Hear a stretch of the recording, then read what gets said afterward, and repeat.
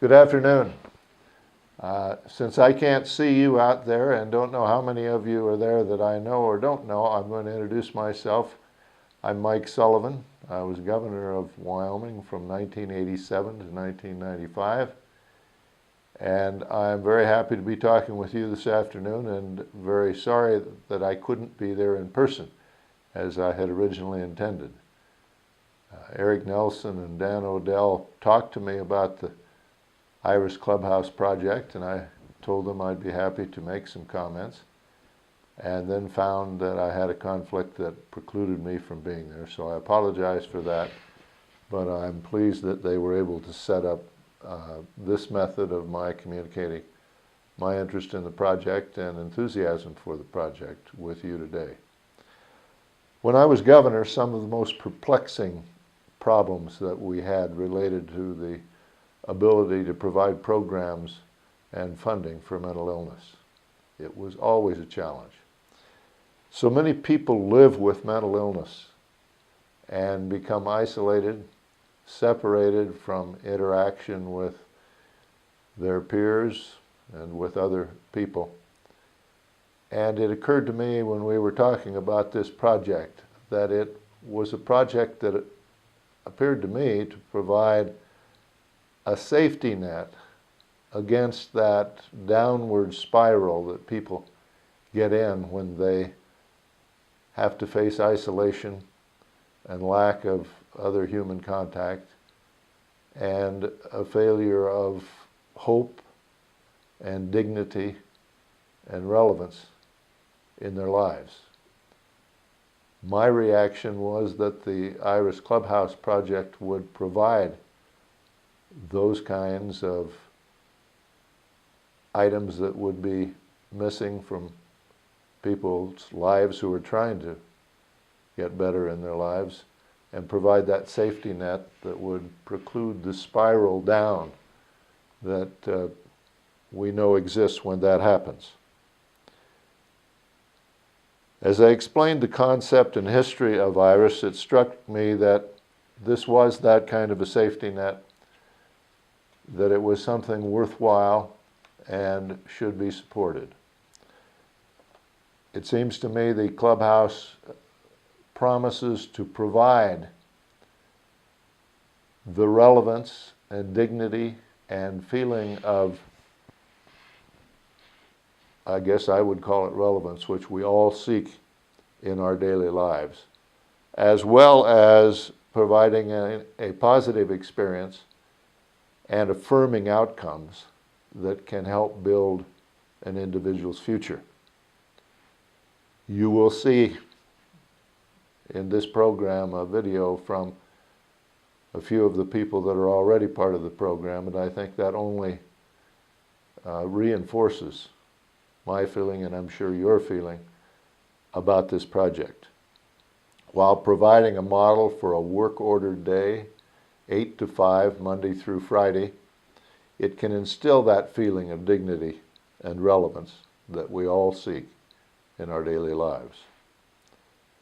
Of importance as well, that feeling can come from participating in a working, friendly community. And I think you will see that the members you hear from consider the Clubhouse, even at this early stage of its existence, a friendly environment, a supporting environment, and maybe more importantly than anything else, a safe environment for them to further their lives and provide meaning to their lives, and give them on a daily basis things to do that can be so meaningful, but which we just take for granted, and hopefully provide an outcome that is a goal for everyone through work and activities that will be helpful in ways that we may not even understand or be able to appreciate.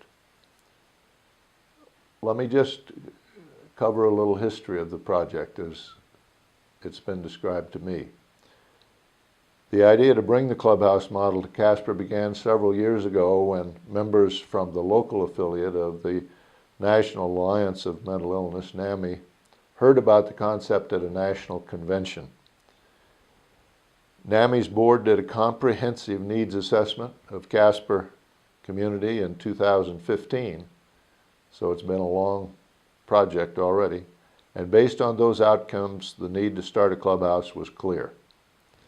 And a committee to begin laying the groundwork for a clubhouse began meeting later that year. Because of generous funding from the Wyoming Behavioral Institute, a number of people were sent to trainings and visited other clubhouses to learn more. At the end of 2016, the Iris House, Inc., a nonprofit Wyoming corporation, was formed, and a board was elected with representatives from the leaders of our local mental health community. And in the beginning of 2017, with a $10,000 grant from NAMI Casper, Dan Odell began working as a development officer and consultant to keep the project moving forward. Donations from Shepherd of the Hills Presbyterian Church and other sponsors kept that momentum flowing. In May, many of you in this room helped to raise $9,800 for the project. Also in May, the Blue Envelope Fund, which for so long has been funding healthy outcomes in this community, donated $10,000, and the Wyoming Community Foundation awarded the clubhouse a grant of $15,000 in September. The clubhouse is now open and operating as a pilot project. It was selected in August and is situated at 615 South David Street, where I'm sitting. The pilot project began on November 1 with a small number of invited to participate, and you will hear from some of those, so that issues could be worked out. It currently is averaging 7 people a day in attendance and operating 3 days a week from 10 to 2.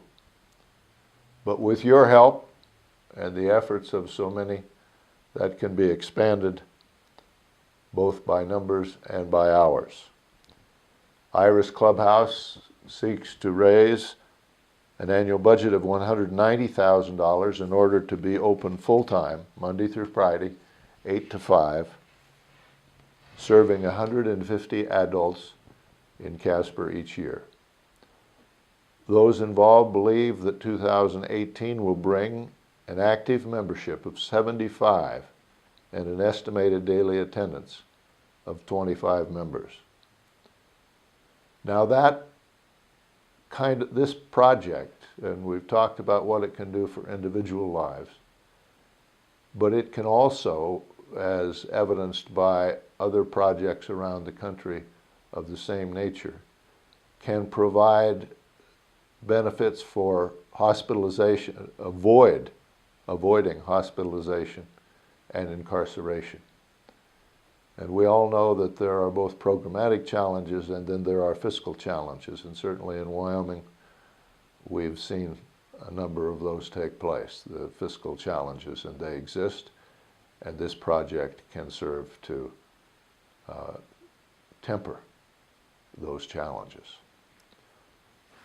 In Casper, certainly in Casper, we are all called upon to help and encourage many worthwhile projects that make a true difference in the lives of fellow citizens. And there are many such projects, and they do make a difference. And I'm convinced that this is one of those worthy projects, and encourage your support as it has taken so much support already to get to this stage. Thank you again for that support, for the work of so many that have made it possible where we are now.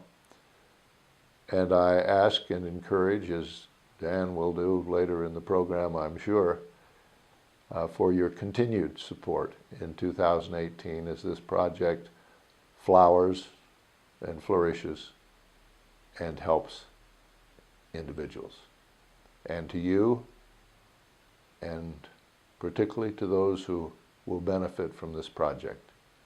I wish you a very Merry Christmas. Thank you.